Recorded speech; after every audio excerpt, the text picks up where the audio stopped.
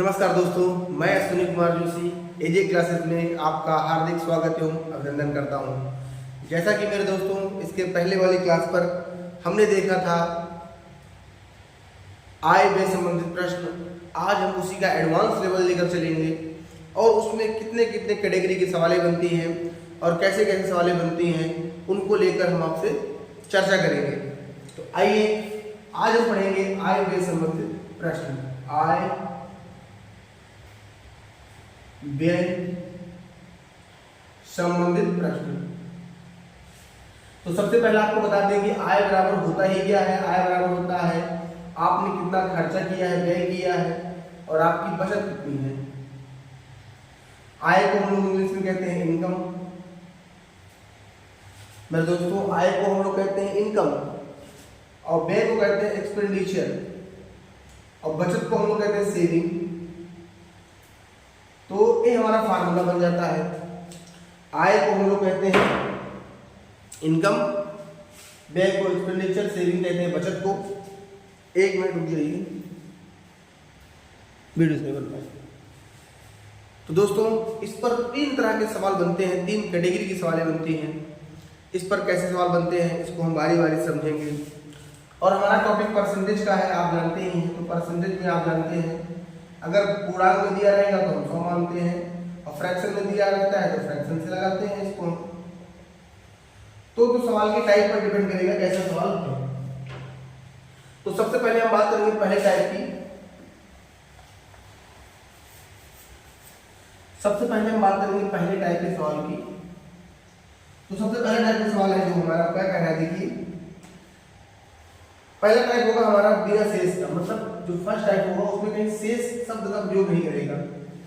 जैसे हमने कहा आप कमाते हैं 20 रुपया, 5 रुपये खर्च कर दिए पढ़ाई में, 5 रुपये खर्च कर दिए आने जाने में, तो टोटल आपका 10 खर्चा हो गया। तो 20 रुपये था, 10 खर्चा हो गया। तो आपने देखा इस सवाल में कि शेष शब्द का प्रयोग हमने नहीं किया है, तो इस सवाल में शेष नहीं कहेगा। तो यह होगा बिना शेष के सवाल। क्या होगा हमारा टाइप, क्या होगा, बिना शेष का। तो कह रहा है एक व्यक्ति है जो 20% खर्च करता है भोजन में, जो भी कमाता है उसका 20% कितना खर्च करता है भोजन पर, 10% खर्च करता है वो शिक्षा पर, 10% वो खर्च करता है अपनी शिक्षा पर और 45% खर्च करता है वो किराया पर, 45% खर्च करता है किराए पर और बचा लेता है वो 8,000 रुपए, और बचा लेता है वो 8,000 रुपए, मतलब बचत कर लेता है। तो मेरे दोस्तों वो 8,000 रुपए बचा लेता है। तो हमसे इस सवाल में पूछ रहा है वो कमाता कितना है, उसकी आय है कितनी। तो दोस्त ये सिंपल बहुत सवाल है। यहाँ क्या है बिना शेष का। तो टोटल उसका खर्चा कितना हो गया, कुल मिलाकर उसने खर्चा कर दिया है, उसका कुल खर्च हो गया 20 यहाँ खर्च किया, 10 यहाँ, 45 यहाँ, तो कुल मिलाकर कितना खर्चा हो गया 75। तो 75% उसका खर्च हो गया। तो खर्च हो गया तो परसेंटेज लगा है, फ्रैक्शन में आया नहीं है, तो हम मान लेंगे कि उसकी इनकम थी 100। तो उसकी इनकम हम 100 मान लेंगे तो उसकी बचत कितनी हो जाएगी मेरे दोस्त, बचत हो जाएगी 25%। तो उसकी आय हम कितना मान लेंगे, 100 मान लेंगे। तो मेरे दोस्तों बचा कितना रहा है वो 8,000 रुपए, लेकिन हमारे सवाल में कितना दे रखा है 25%। तो तुलना हमेशा बराबर वाली जो होती है, निकालना किसको है, आय तो 100 से गुणा कर देंगे। 25 चौके कितना हो जाएगा 100 और 8 चौके कितना हो जाएगा 32।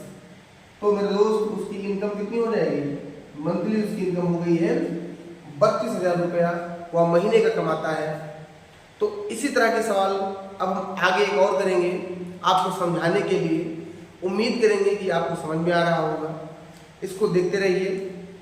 आइए आगे एक सवाल लेते हैं। हम एक सवाल और लेंगे और समझने का प्रयास करेंगे। सवाल क्या है, पूरा सवाल लेके आपको समझाते हैं हम। फिर कुछ सवाल लेंगे बिना शेष का भी हम। एक मिनट दीजिए हमारा माइक। आइए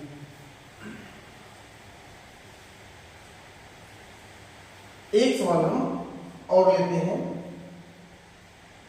सवाल है, कह रहा एक व्यक्ति 10% खर्च करता है अपने किराए पर मतलब वो 10% खर्च करता है अपने किराए पर, 20% खर्च करता है वो शिक्षा पर, 20% उसका खर्च होता है शिक्षा पर, 15% खर्च करता है वह यातायात पर, 15% उसका खर्चा होता है यातायात पर, और एक्स्ट्रा मदद पर 45% खर्च कर देता है। मतलब एक्स्ट्रा खर्चा उसका हो गया, एक्स्ट्रा खर्चा है उसका इतना। और लास्ट में बचा कितना लेता है, उसकी बचत कितनी है, तो 2250 रुपये बचा लेता है। तो हमसे सवाल पूछा उसकी आय कितनी है, तो दोस्तों एक्स्ट्रा खर्चा है उसका भाई। वही कुल मिलाकर खर्चा कितना हो गया उसका, टोटल खर्चा कितना हो गया उसका निकाल लेंगे। 60 20 80 10 90, तो उसका टोटल खर्चा कितना हो गया 90।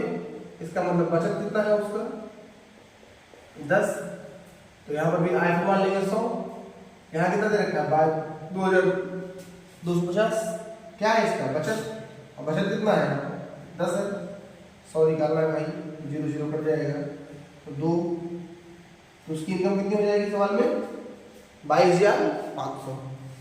ये बेसिक सवाल था, इसको हमने सीखा। इस तरह के सवाल आपके एग्जाम में आते हैं, आप देखेंगे इसको और करेंगे।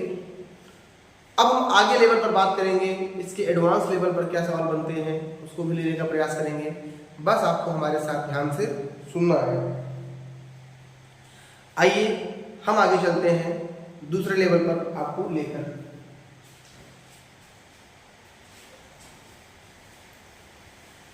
तो दोस्तों उम्मीद कर रहे होंगे कि आपको समझ में आ रहा होगा। बारिश हो रही है बाहर। देखिए अगला टाइप का सवाल जो होता है उसमें शेष का कहता है, उसमें सवाल में कहता है कि ये सवाल में शेष बच रहा है। जैसे हमने कहा आप 1000 रुपये कमाते हैं, फिर आप 10 रुपये खर्चा करेंगे, फिर शेष का फिर खर्चा करेंगे, तो शेष का इसमें बोलता है। इस टाइप के सवाल में वो शेष का बोलेगा। तो कह रहा है एक व्यक्ति 10% खर्च करता है किराए पर, किराए पर 10% खर्च करता है। शेष का 20%, शेष का बोलेगा यहाँ पर, शेष का 20% शिक्षा पर, शेष का 20% शिक्षा पर, शेष का 25% यातायात पर। मेरे दोस्तों शेष का 25% यातायात पर, 33 सही 1/3% उसका एक्स्ट्रा खर्चा हो जाता है, एक्स्ट्रा खर्चा हो जाता है उसका। और लास्ट में वो 4500 बचा के लेता है, लास्ट में बचाता है। उसकी आय पूछ रहे हैं। तो दोस्तों जिस सवाल में कह देगा आय की बात कर रहा है और हमसे पूछ रहा है शेष, इसमें कितना शेष बचा, तो शेष की बात कर देगा तो सवाल हमारे लिए बहुत आसान हो जाएगा। इसके लिए लोग अलग अलग तरीके बताते हैं, लेकिन आपको हम आज सबसे शॉर्टकट सबसे बेस्ट तरीका बताएंगे। क्या तरीका है, वो तरीका होता है फ्रैक्शन का। हम मान लें कि उसकी आय कितनी है x, उसकी आय में कितना मान लिया है, उसकी हमने आय मान लिया है x है। अब 10% किराए पर खर्च करता है तो 10% का फ्रैक्शन मान कितना होगा 1/10। तो प्रतिशत की शुरुआती क्लासेस में हमने बताया था कि ये हमारा आधार होता है। तो हम मान लेंगे 10 रुपये वो कमाता है, 1 रुपया किराया देता है, तो बचाएगा कितना 9/10। सेम सवाल यहाँ पर 20% का फ्रैक्शन मान 1/5। फिर वही चीज 5 रुपये कमाता है, 1 रुपये शिक्षा पर खर्च करता है, तो कितना बचाएगा 4/5। 25% का 1/4 होता है, फिर वही बात 4 कमा पाता है और 1 खर्चा का कितना बचेगा 3। और 33 से 1/3 का फ्रैक्शन मान होता है 1/3। तो वही फिर वही कमाता है 3 और खर्चा करता है 1, तो बचेगा कितना 2। लेकिन बचा कितना रहा सवाल में, ये मैं सवाल दे रहा बचा कितना रहा 4500 बचा रहा है। तो दोस्तों अब इसको हम काटेंगे, काटना ही मेरे हमारे लिए। देखिए काटेंगे कैसे, देखिए कहीं दिख रहा है आपको 3 से 3 कट गया, 4 से 4 कट गया, और कुछ बचा 2 1 कम 2 2 5 10 हो गया। 9 से काटेंगे 9 5 45 हो गया। 5 25 और 3 गुणा हो जाएगा तो 5 25 और 5 125। तो 12,500 रुपये उसकी क्या है मेरे दोस्तों आय है। वो महीने का 12,500 कमाता है। देखिए सवाल कितना सिंपल है, कितनी जल्दी बन गया, कितने छोटे में बन गया। एक ट्रिक, एक कॉन्सेप्ट बेजोड़ है। अगर कहीं भी सवाल में शेष की जिक्र कर दिया, शेष का, तो उसको ऐसे ही लगाइएगा, भले ही वहां पर पूर्णांक की बात कर रहा हो। उम्मीद कर रहे होंगे कि ये आपको समझ में आ रहा होगा। इसी पर आधारित एक प्रश्न हम और लेते हैं आपको समझाने के लिए। तो आइए एक प्रश्न और लेते हैं, आपको समझाते हैं। आइए देखिए सवाल क्या है मेरे दोस्तों। सवाल को देखकर डरना नहीं है आपको। सवालें कठिन नहीं होती, हम लोग बना लेते हैं कठिन। एक बार जब आप पूरा सीख जाएंगे तो कठिन तो लगेगा ही नहीं आपको सवाल। आइए एक सवाल और लेते हैं। कह रहा है एक व्यक्ति है, शेष का बोले गए सवाल में ध्यान रखना इस बात को। शेष का इसमें कहेगा ए अंडरस्टूड बातें हैं। कह रहा है कि 14 सही 2/7% आदमी भोजन पर खर्च करता है अपने, वो इतना भोजन पर खर्च करता है। 16 सही 2/3% वो खर्च करता है भाई अपने शिक्षा पर खर्च करता है।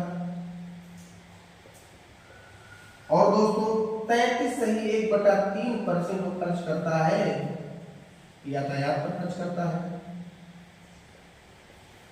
और 20% वो भी एक्स्ट्रा खर्च करता है। 20% एक्स्ट्रा खर्च करता है। और लास्ट में से करने के बाद भी वो बचत हो जाती है उसकी 3600 की। तो हमसे पूछ रहा है उसकी आय कितनी है। तो दोस्तों ये भी सवाल एकदम सिंपल है। बस हमें करना क्या है, हम मान लेंगे क्या है उसकी आय x है। हमने मान लिया उसकी आय कितनी है x, थोड़ा दूर बनाते हैं इसको।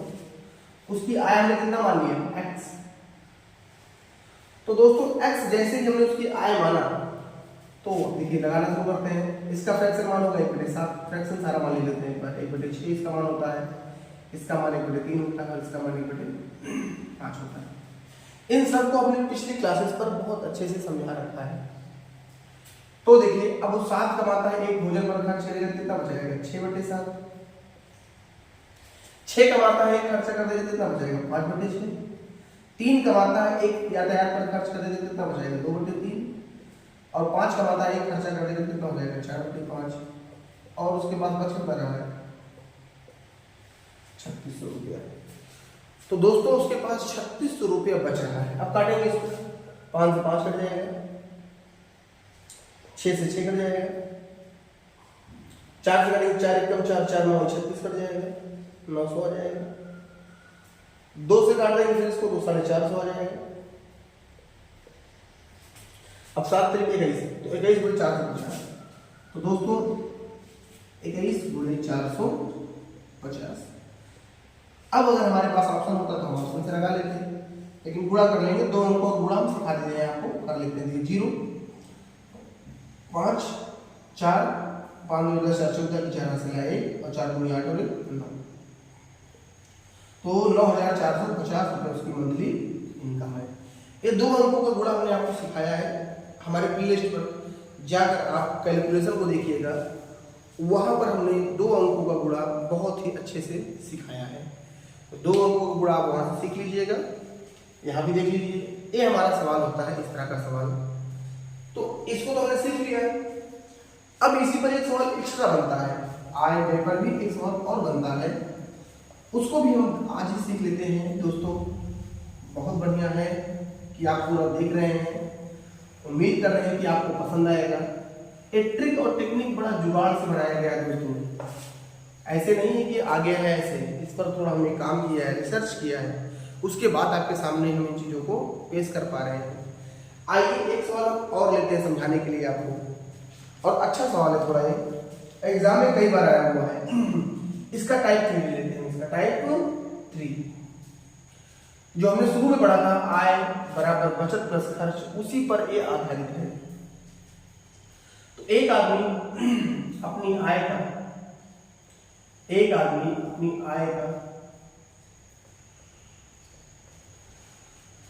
60% भाग खर्च कर देता है। 60% भाग, इसको एक बार हम पूरा लिखकर समझाते हैं, इसके बाद लिखेंगे नहीं, खर्च करता है। यदि उसकी आय में खर्च करता है। यदि उसकी आय में 15% की वृद्धि हो जाए, 15% की वृद्धि हो जाए तथा खर्चे में 50% की वृद्धि हो जाए, खर्च में कितने की वृद्धि हो जाए? 50% की, तो उसके बचत में कितने परसेंट की वृद्धि होगी हमसे पूछ रहा है। उसके बचत में कितने परसेंट की वृद्धि होगी हमसे पूछ रहा है।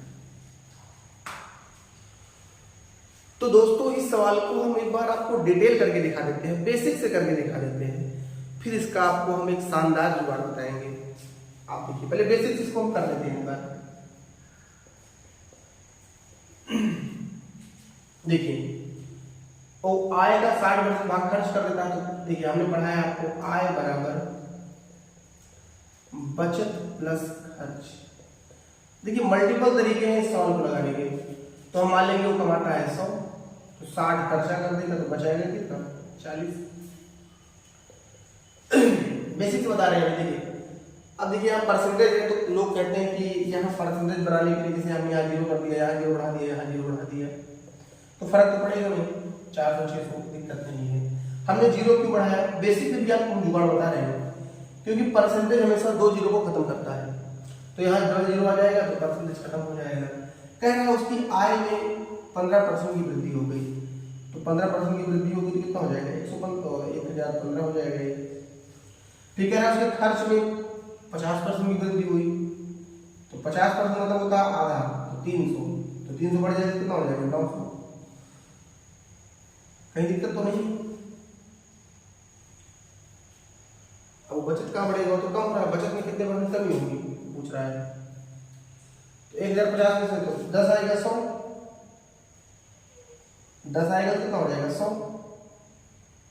भाई यहाँ देखिए आय बढ़ रहा है, बचत को खर्च करेगा बहुत ज्यादा, तो 1015 होगा, नहीं गड़बड़ है भाई, यहाँ 150 होगा, 150 सॉरी मिस्टेक हो गया, इतना आएगा, तो कितना हो जाएगा? 900, 250 हो जाएगा।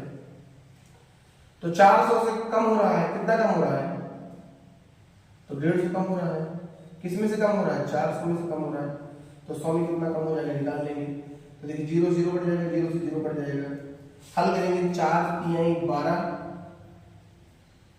बचेगा 3 30 4 28 4 5 20, तो 37.5% की उसकी बचत में कमी हो जाएगी। ये हमारा सवाल है, 37.5% की उसकी बचत में क्या हो जाएगी? कमी हो जाएगी। तो एक टाइप का ये भी सवाल होता है जिसको हम लोग करते हैं और बहुत अच्छे से करते हैं। सवाल ये पूछ रहे हैं हमसे, तो उसके बचत में कितने परसेंट की वृद्धि होगी? सवाल अच्छा खर्च में 5% है यहाँ पर, ठीक है कोई बात नहीं है, 50 हो 5 हो कोई दिक्कत नहीं, कमी तो होगा ही। लेकिन अब देखिए एक सवाल और लेते हैं, हम पूरा सवाल लिखेंगे नहीं, अब उसका स्मार्ट तरीका आपको बताते हैं। यहाँ 5% था, अरे कोई दिक्कत नहीं, कमी हो जाएगी उसकी बचत में, वो बात की बात है। तो मेरे दोस्तों अब बस करते हैं, आज बहुत गर्मी है, कल फिर हम इसी सवाल से शुरुआत करेंगे और आपको एक अलग लेवल का कॉन्सेप्ट देने का प्रयास करेंगे जिससे कि आपको बहुत मजा आ जाएगा। दोस्तों इसी उम्मीद के साथ आज आपका दोस्त अश्विनी कुमार जोशी आपसे अलविदा लेता है। आप इस चैनल को लाइक करिए, शेयर करिए और सब्सक्राइब करिए, जिससे ये अपना छोटा सा परिवार एक दिन आपको फ्री में सारी चीजें उपलब्ध कराता हुआ दिखे, यूट्यूब पर बड़ा परिवार बने अपना। तब तक के लिए धन्यवाद।